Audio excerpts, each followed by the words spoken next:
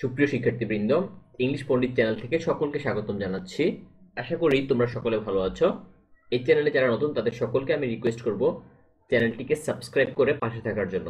আজকে আমরা আলোচনা করব নবম শ্রেণীর নতুন শিক্ষা curriculum chapter 5.3.1 page number 64। Read the following note in the box on the writing technique for the problem solution text, অর্থাৎ প্রবলেম সলিউশন বিষয়ে আমাদেরকে আলোচনা করতে হবে। এই রিলেটেড আমরা বিভিন্ন প্যারাগ্রাফ কিংবা এসে সামনে পাবো, সো আমাদেরকে এই বিষয় নিয়ে খুব ভালোভাবে ডিসকাশন করতে হবে। সুতরাং আমরা কথা না বাড়িয়ে সরাসরি আমাদের মূল টেক্সটে চলে যাই। অর্থাৎ এখানে বলা হচ্ছে the writing techniques for problem solution text, problem solution টেক্সটের লেখার যে কৌশল সেটা নিয়ে আজকে আমরা আলোচনা করতেছি। Solution text is a popular form of writing, হচ্ছে সমস্যা সমাধান যে পাঠ্য সেটা হচ্ছে একটা জনপ্রিয় রূপ। Here writers first describe or discuss a problem, এখানে লেখকরা প্রথমে একটি সমস্যা নিয়ে বর্ণনা করেন।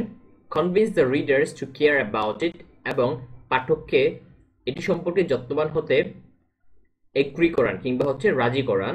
অ্যান্ড ফাইনালি, এবং অবশেষে সাজেস্ট সলিউশন, বিভিন্ন সমাধানের পরামর্শ দিয়ে থাকেন। A good problem solution text suggests one or some well-explained solutions to solve the problem.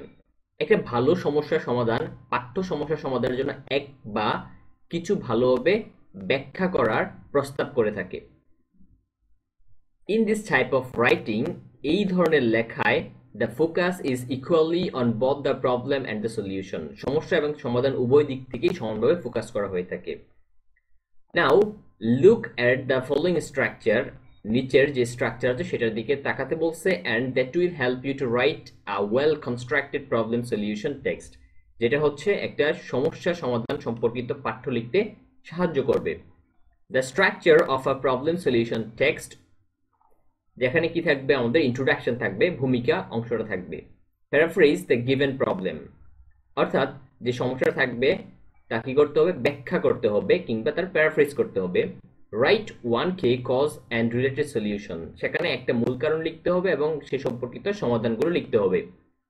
2 নম্বরে থাকবে হচ্ছে আমাদের মেইন বডি পার্ট, প্যারাগ্রাফ 1, এখানে কজ থাকবে, কারণগুলো উল্লেখ থাকবে। You can write different causes using different paragraph, সেখানে বিভিন্ন প্যারাগ্রাফের মধ্য দিয়ে বিভিন্ন কারণগুলো উল্লেখ করা যেতে পারে। যেমন প্রথমে থাকবে হচ্ছে topic sentence, state the causes, এখানে কারণগুলি বর্ণনা থাকবে। তারপর হচ্ছে explain the causes of the problem, সেই সমস্যাগুলির কারণ কি তা ব্যাখ্যা করতে হবে। 3 নম্বর হচ্ছে গিভেন এক্সাম্পল, সেখানে একটা উদাহরণ দিতে হবে। তারপর তৃতীয়ত বিষয়টা হচ্ছে আমাদের মেইন বডি প্যারাগ্রাফ 2, সেখানে সলিউশন থাকবে। আমাদের 2 নম্বর থাকবে হচ্ছে কজ, 1 নম্বর থাকবে solution.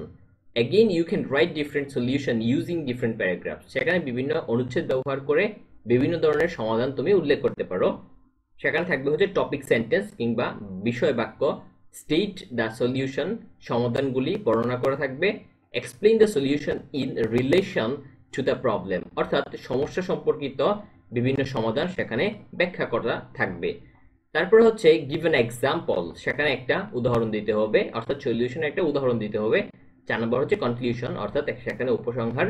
And summarise the key point, মূল পয়েন্টগুলো সংক্ষিপ্ত করে সেখানে কনক্লুশন আমাদের টেনে নিতে হবে। এগুলো হচ্ছে আজকে আমাদের টপিক। আশা করি তোমরা এই পয়েন্টগুলো ব্যবহার করে খুব সুন্দরভাবে বিভিন্ন হচ্ছে প্রবলেম সলিউশন টাইপ টেক্সট সমাধান করতে পারবে। আর যদি তোমাদের এই ক্লাসটি ভালো লেগে থাকে অবশ্যই চ্যানেলটিকে সাবস্ক্রাইব করে পাশে থাকবে। আমাদের পরবর্তী ভিডিও খুব শীঘ্রই আপলোড করা হবে। সে পর্যন্ত সকলে ভালো থাকো, সুস্থ থাকো এবং ইংলিশ পণ্ডিত চ্যানেলের সাথেই থাকো। ধন্যবাদ সবাইকে।